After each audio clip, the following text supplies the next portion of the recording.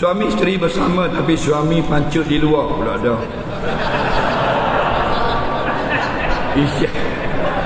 Aku dah batuk. Isteri tidak ambil sebarang ubat atau rawatan cegah kehamilan. Mereka merancang di kaedah suami pancut di luar. Adakah dikira berdosa? Baik.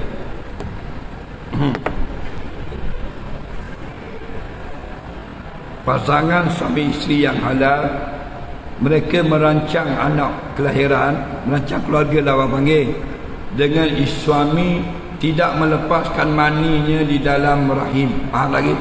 Itu lepaskan di luar. Okey? Ini baru soalan.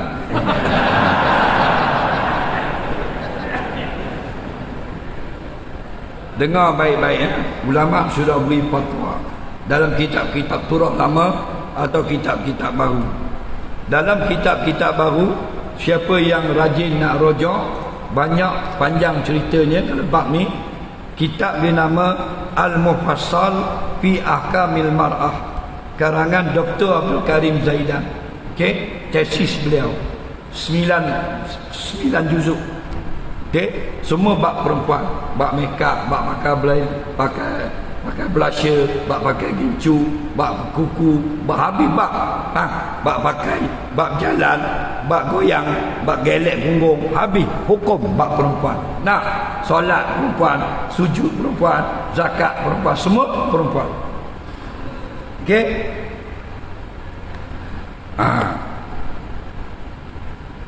Jadi hukum melepaskan air mani di luar rahim ialah dipanggil merancang keluarga. Hukum merancang keluarga ini asalnya adalah harus, tapi ma'al karahah serta makruh. Bila itu? Jika tidak menggunakan kaedah yang diharamkan syarak. Antara kaedah zaman dulu, zaman sahabat, ialah melepaskan mani di luar rahim.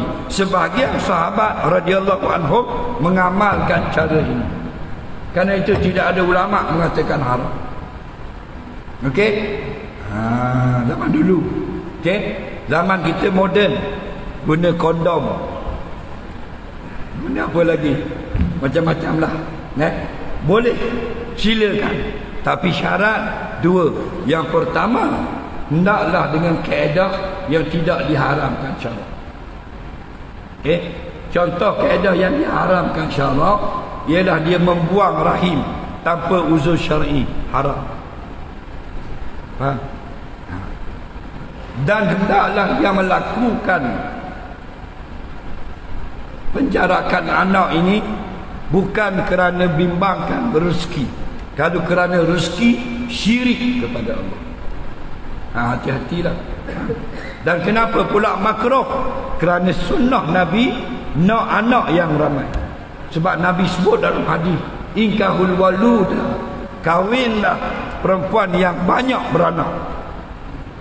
Faham lagi? Kawinlah dengan perempuan yang subur, yang akan beranak ramai. Kerana apa? Fa inni, sesungguhnya aku mukasyirum bikumul umam yaumul kiamah. Aku bangga menjadi nabi yang paling ramai umat di hari kiamat. Okey? Tapi kalau ada sebab nasihat daripada pakar agar tidak meneruskan kehamilan kerana berbahaya kepada kesihatan, hukumnya harus, tidak lagi makruh. Faham lagi?